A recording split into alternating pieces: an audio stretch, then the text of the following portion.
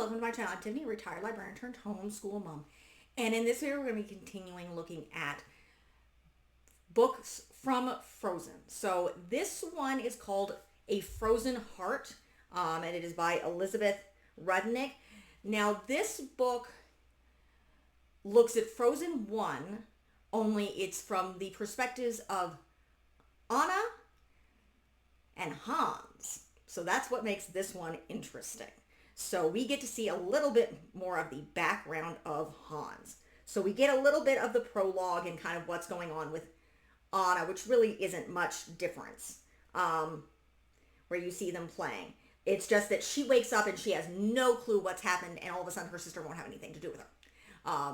And so that's what you kind of find out from that. Then, let me double check the chapters here.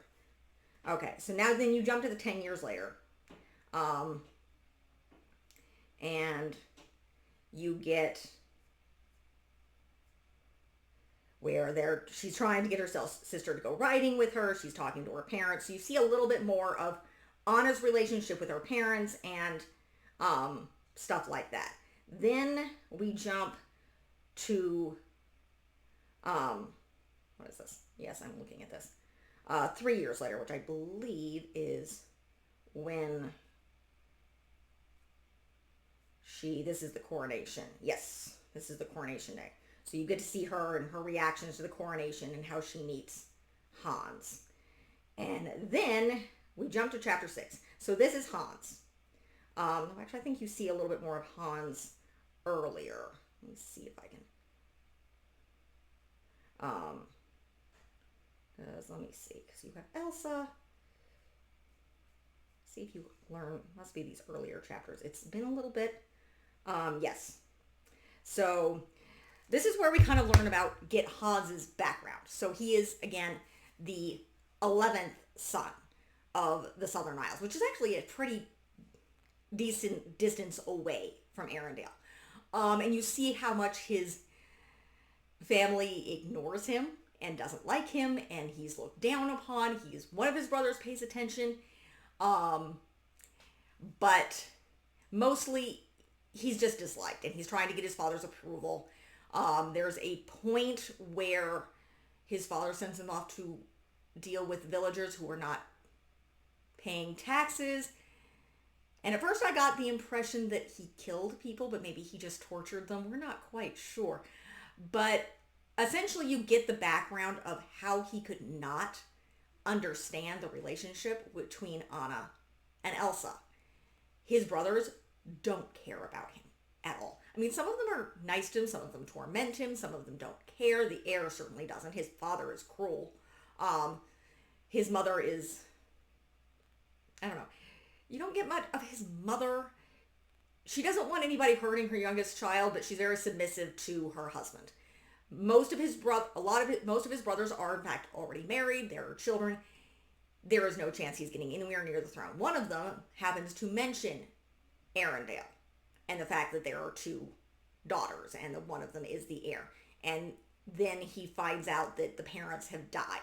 And that's when he starts cooking up the plan of, I'm going to kiss up to my father and convince him to let me go to this far off little kingdom that doesn't really mean anything and has nothing to do with us. So that is kind of what you get the background of what he is. He is very much abused and neglected, and his life sucks. He hates where he lives. He hates his family. He wants nothing to do with them, and they want nothing to do with him. He's just, again, he's the 11th son. He serves no purpose. So, but yeah, that really is him. I think his other brothers have served things. But yeah, he's pretty much useless to his family, and they just do not care about him at all. So you jump to the coronation, which is 3 years kind of after this. And you get Anna's view of the coronation day, and you get Hans getting off the ship and him running into Anna. So it's like, oh, this is interesting. He didn't realize there were two sisters. So at first he thinks she's Elsa. So, because again, he didn't care that much. It didn't matter. He's there for a purpose. So, and again, he was also trying to prove his worth to his family. So, he kisses up to Anna, and Anna has no idea who the heck he is. She doesn't know what's really going on. She doesn't, and the coronation happens, and he's like, okay, Elsa wants really nothing to do with him, but Anna is desperate. He also he meets a variety of different people, including some of the other dignitaries. So he learns a little bit more about them. But again, he starts flirting with Anna. And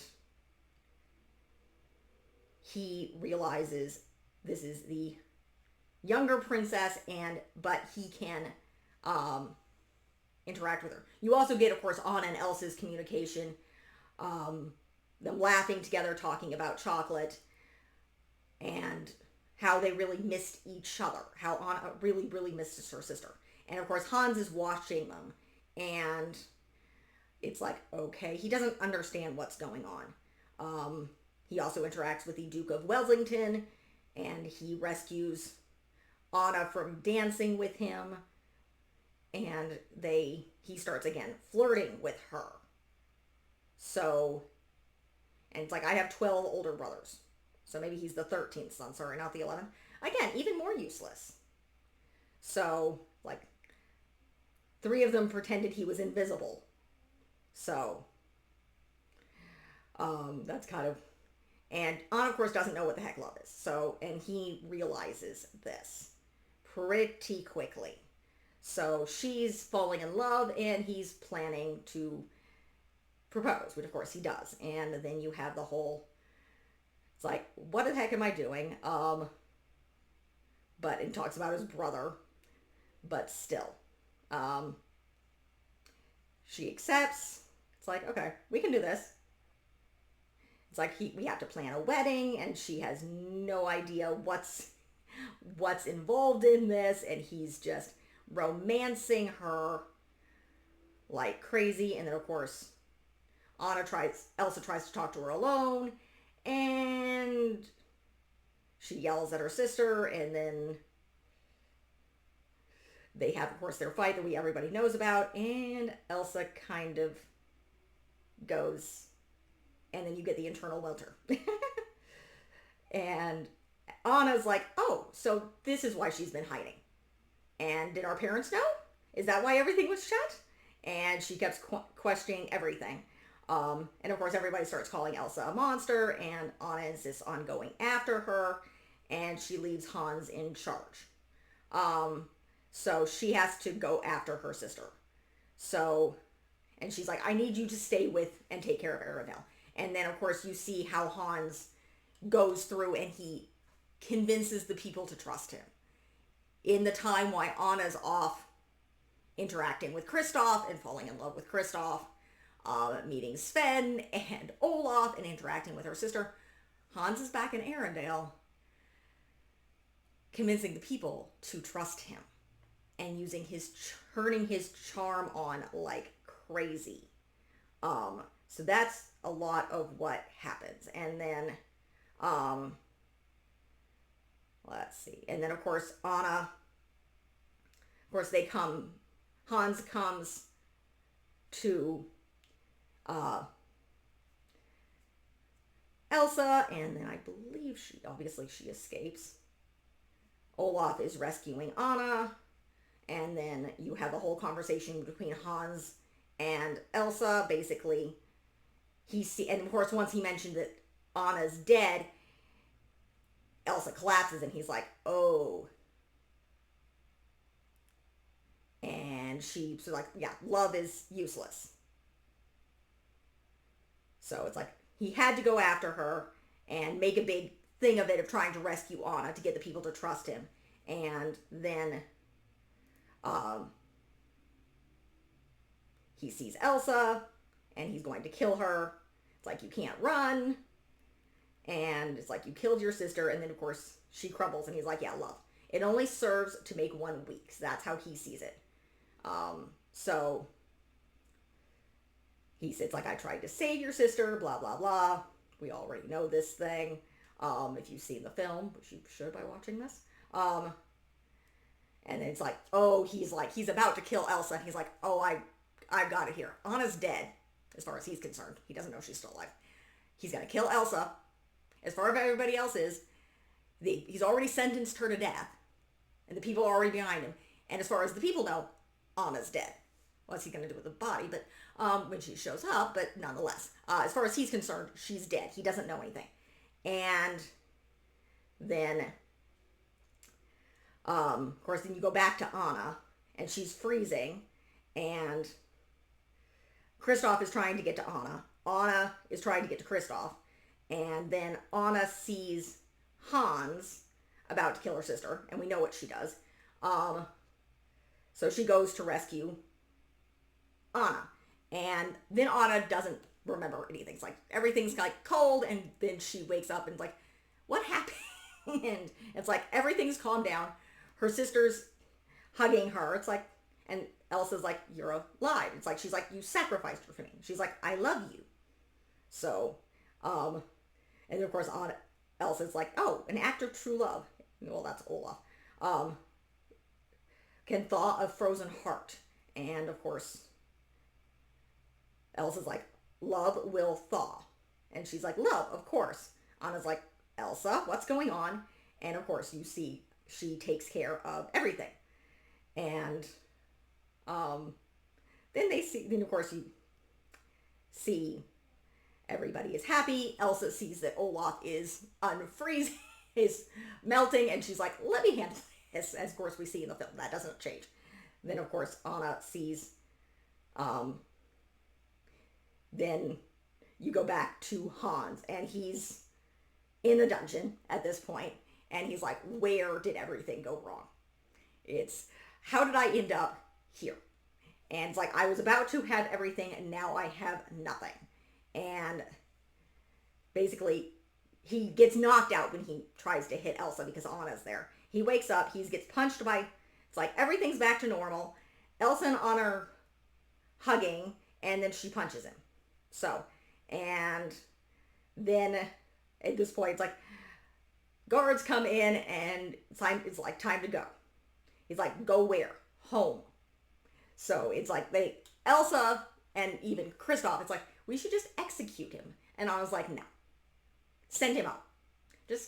And of course, Anna knows a little bit more that he's like the 13th son. His family does not like him. So to her, this is, just send him away. She doesn't want to kill him. He tries to, of course, deal with the guards, and they're like, yeah, no. And that basically, yeah, he's like, yeah, should have thought of that, considering how much she hates him.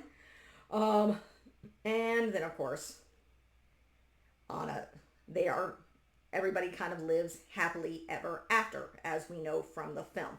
But I really do enjoy this book. I mean, that was a quick summary. You get to know Hans, and just, I mean, yes, he's a product of how he grew up, but God, is he dark, and I'm not going to say evil, because even characters in films are not evil, and humans are not truly evil. They're a product of all sorts of things.